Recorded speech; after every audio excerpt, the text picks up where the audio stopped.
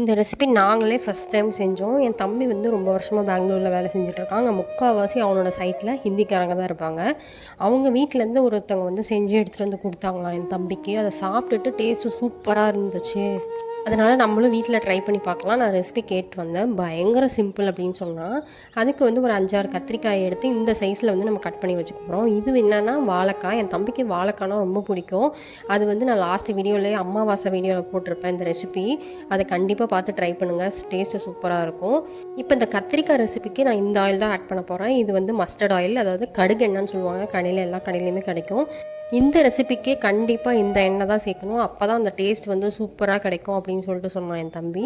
அதுக்கு வந்து இரும்பு கடாயை வந்து நல்லா சூடு பண்ணிவிட்டு அந்த எண்ணெய் ஊற்றிட்டு, கடுகு எதுவும் போட தேவையில்ல, எங்கள் அம்மா தெரியாமல் போட்டாங்க. என் தம்பி வந்து சொல்லிட்டு இருந்தான். கொஞ்சமாக வெங்காயம், நம்ம கட் பண்ணி வச்சுருக்க கத்திரிக்காய், இதை போட்டு நல்லா பரட்டி விட்டுட்டு உப்பு, மஞ்சத்தூள் இது மட்டும் ஆட் பண்ணி நல்லா லோ ஃப்ளேமில் எண்ணெய் பிரிஞ்சு வர அளவுக்கு நல்லா நம்ம வந்து வதக்கி எடுத்துக்க போகிறோம். இதில் வந்து மிளகாத்தூள் வேறு எந்த மசாலா ஐட்டம்ஸுமே நம்ம ஆட் பண்ண போகிறது கிடையாது.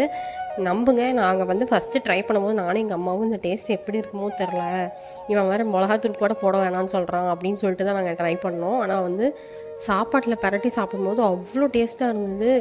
மிளகாத்தூள் போடாமல் கத்திரிக்காய் எப்படி இருக்கும்னு நினைக்காதீங்க. கண்டிப்பாக மஸ்டர்ட் ஆயில் யூஸ் பண்ணி இந்த ரெசிபியை செஞ்சு பாருங்கள். அவ்வளோ டேஸ்ட்டாக இருந்தது. சாப்பாடோட பரட்டி சாப்பிடும்போது வேறு லெவல். வீடியோ பார்க்குற உங்களில் யாருக்காவது இந்த ரெசிபியோட பேர் என்னன்னு தெரிஞ்சுது அப்படின்னா கமெண்ட் செக்ஷனில் சொல்லுங்கள், நானும் தெரிஞ்சுக்கிறேன்.